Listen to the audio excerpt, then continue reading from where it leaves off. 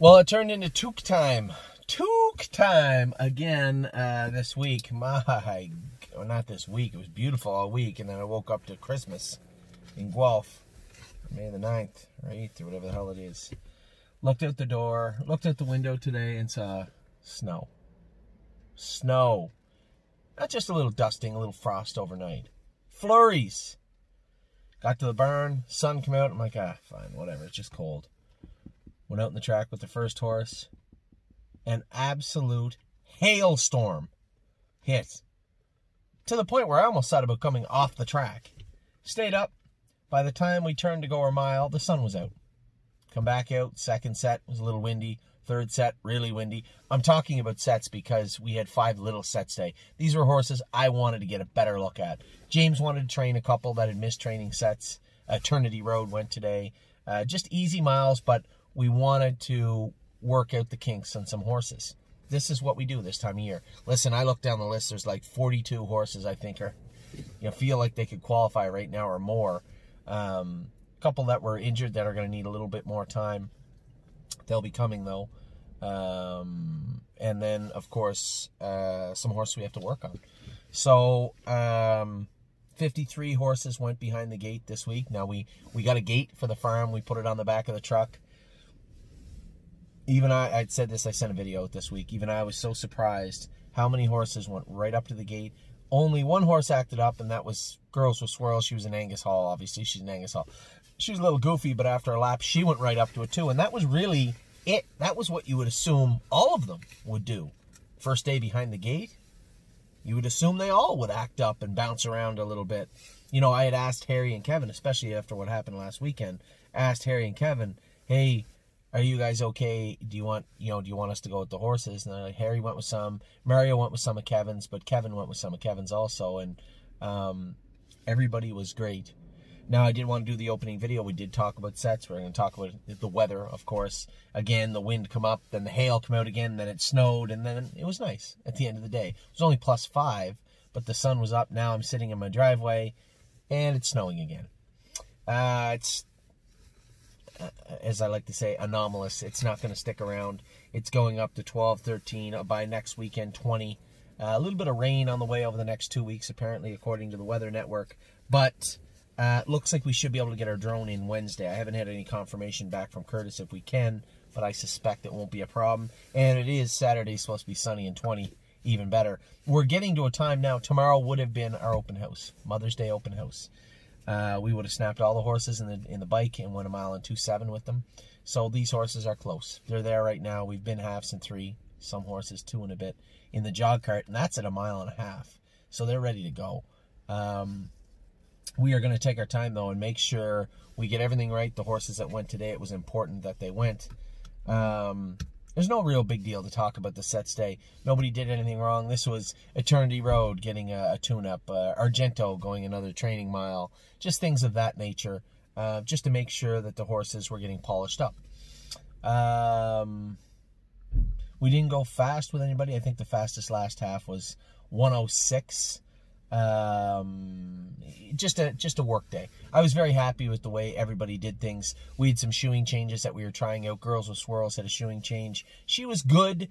Did make a little break halfway down the lane. I think when she's switching gears, she's learning how to do it right, and we'll get that perfect over the next week or so, I'd say. But ended up being good on the gate and went her mile well. You see Amy just literally pulling in now.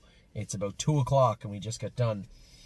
So we're going to get right to it. First, right off the top, I wanted to talk about, I'm going to have Kelly set up a GoFundMe page for all of us, for Danny and Aaron. Danny was actually at the barn today, drove to the barn, hung out for a little bit at the barn. I went and saw him at his house last night. He's in good spirits. The doctor said 6 weeks. So we will, we'll obviously be welcoming Danny back. Now, I don't know what kind of role Danny's going to play this year. I've asked Danny to go to Indiana. I'll be up front with everybody. I've asked Danny to take over at Indiana horses. I think we have 3 stake horses in Indiana, and that's my girl, Fox Valley Britska, who's been very, very good of late. Always forgetting the third one. Italian Grit, who was awesome on the gate, awesome training. We went with him again today, just because that's a horse that hasn't put in that many fantastic training miles. So I wanted another one. Mario went with him today, and he was very, very good. Him and Italian Grit, Argento, and Eternity Road went today, and they all finished up together. So you can imagine that was the fastest last half of the day, I think, and that set was very, very good. Italian Grit showed a lot of grit, actually, to do his job as well as he did. So I was talking to Danny, and I said, well, from down around the Delaware area, it's just under 3 hours to Hoosier Park. So I said, we have 3 legit trotters. That's my girl, Fox Valley Britska, and Italian Grit. The other horses that have to prove themselves, Carry a Big Stick is doing his best to catch up. He's getting there. Jesse Balbo, another horse that was a little bit behind, he's coming on. And then we have the 3-year-old Beach Bum BB. So we have 6 Indiana breds that could potentially race in Indiana. So I had offered Danny, I said, listen, if you're interested, and if you can, Danny has a family too. Allison's with Danny, and I know if they both had the time and the ability to go, they'd have a blast, but not really sure. I left it up to him. So as of right now, I've offered the training job in Indiana to Danny if he wants it. I would love to have Danny there. He knows that's my girl inside and out. He trained her all winter. Fox Valley Britska is a perfect horse for Danny also. As is Italian Grit's pretty easy, pretty push button right now. There's a horse that just seemingly overnight went from, geez, I think he's going to get it. I think he's got some talent to, wow, this horse looked awesome. I come out from 104-3 with him in the jog cart the other day, virtually wrapped up going under the wire, and Italian Grit was impressive. Didn't put one step in, not a step. So, I'd like to get Danny down there, but until, in the time being, I'd hire somebody to try and at least ride some horses in Danny's barn. Amy and I have been taking over the feeding at night, and Ellie has been helping us, really just cobbling together a feeding schedule for the horses, because, of course, our other injured party, Aaron Cleary's done McCleary's does a great job, and feeding the horses and taking care of 5 or 6 in her end, and she got injured also. So we've been left trying to feed the horses. So we're going to put at night. Now you might say, oh, it's not a big deal. It's 130 horses. It is a big deal. Erin does a very good job. She pays very close attention to the horses, and she could spend 3-4 hours feeding the horses. We blew through there the other night as quick as we could, and it took us almost 2 hours to do it. So it's not an easy job. It's a lot of work, and sorely missed is Aaron. You can be sure of that. So I would like to put together something for them. I'm going to do my best to keep some money, some revenue flowing their way. It's a tough time for everybody, including me, but at the same time, these are our people. So we'll be putting a GoFundMe page together for them, starting this week and throughout the next couple of weeks to try and help them out. So there's that, and then there's the racing news. There was a lot of whispers this week, right? I really thought that this was the week we would have concrete dates. Now, June 14th, Indiana, I believe, has put together a concrete date. They were going to let horses start coming in Monday, start qualifiers on the 19th, and then start out-of-state horses, I think, out-of-state horses coming in on the 23rd. So they've put something together. Ontario, I believe, has been consistent throughout, right? They were vague when they had to be. Now I think they're very close to making an announcement. Waiting on the Premier, obviously. The Premier has pushed that stay-at-home date also, as they did in Pennsylvania. So that's a little frustrating. I don't think it will change the overall outlook of what time frame. Now it's sunny. Snowy, sunny. Snowy, sunny. I don't think it'll change the overall time frame for Ontario. I believed it was the first part of June they'd be back. I was a little surprised in April when that was what they were alluding to, but now it doesn't seem so far-fetched at all.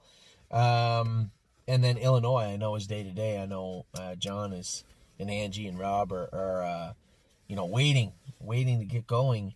The further we get down this road where they're not racing, the less likely it is we're going to be able to send some horses from the barn that wouldn't obviously be out there, right? If we were racing right now, West 52nd's getting ready.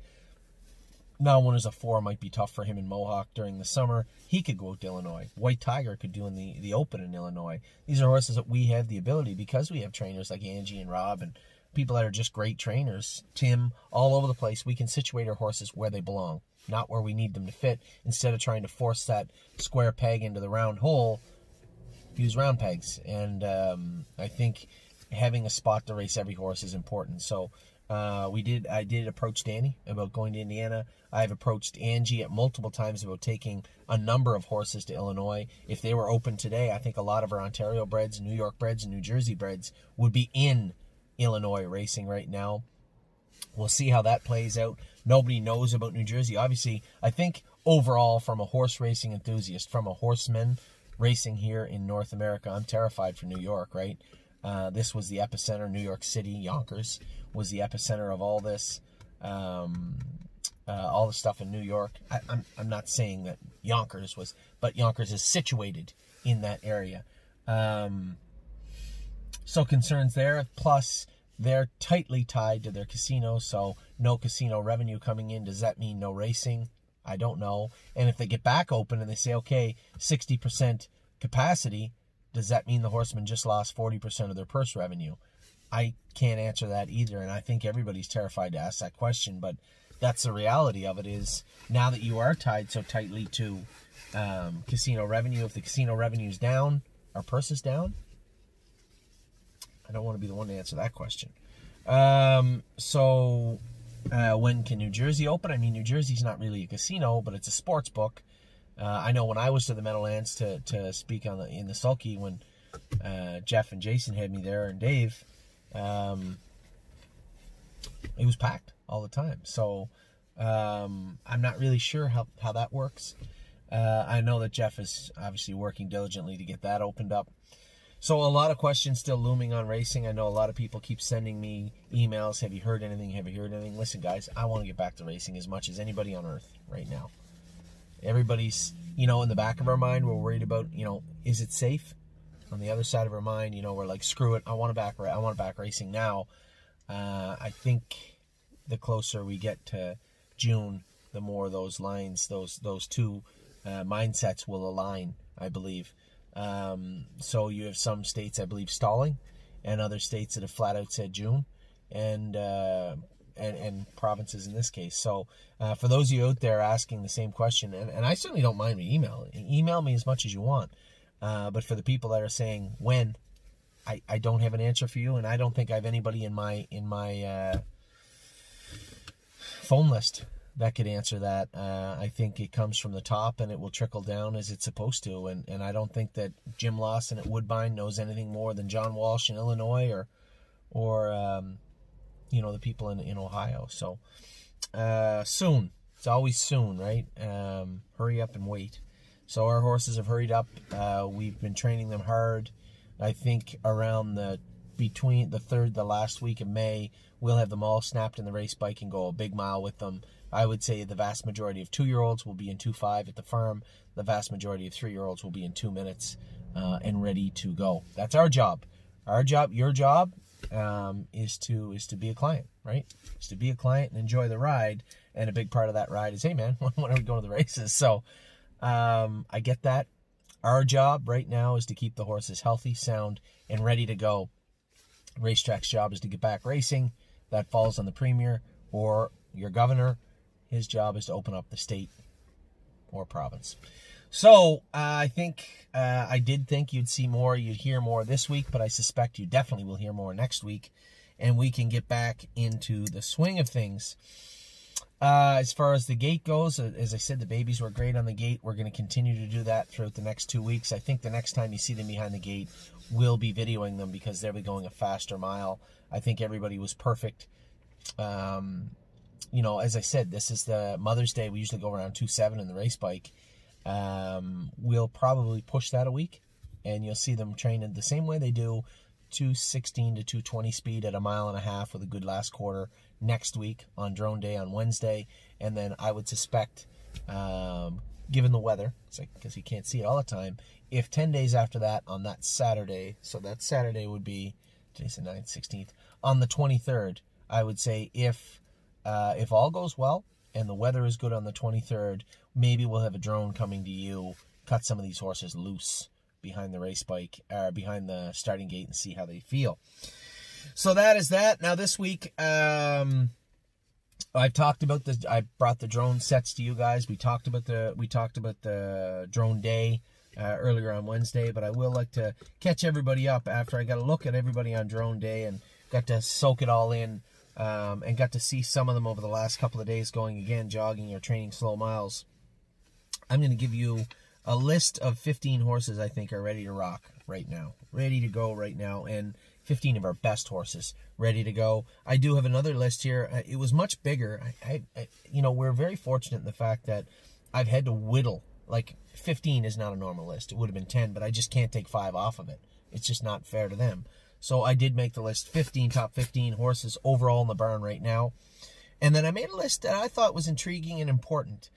Maybe some horses dropped off the list, but are still worth watching. I made a list of 10 horses I think you should pay very close attention to over the next month.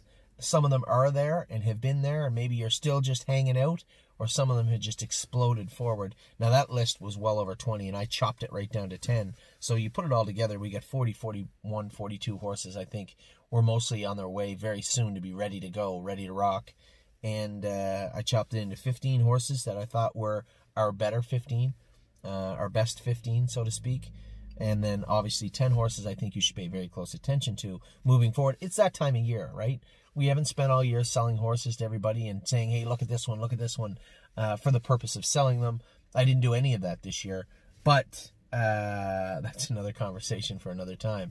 But I do have 10 horses that, and now I'm looking at the list. There are some horses on here that are sold out, but there are some horses on here that are not. So if you're out there, an intriguing, just give me a second. One train of thought at a time, Anthony. So I'm going to give you that list, top 10. One of the most intriguing things I heard all week, I was discussing some stuff with Wendy, our bookkeeper. You guys know Wendy. And she had said to me, what's curious? She goes, I was just looking for my own information. She said, since the last time they raced at Mohawk, since March 19th, I believe she said, since March 19th, so we were down March 20th, no more racing virtually everywhere in North America. Since that date till now, you have added 14 clients and lost none.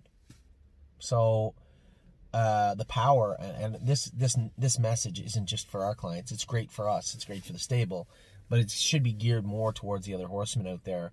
This is important. If we can add clients in such a chaotic time, such a financially and economically frustrating period of time for all of us in the world, that should be very important for everybody in the industry to understand that affordable ownership is going to play a major role moving forward for horse racing.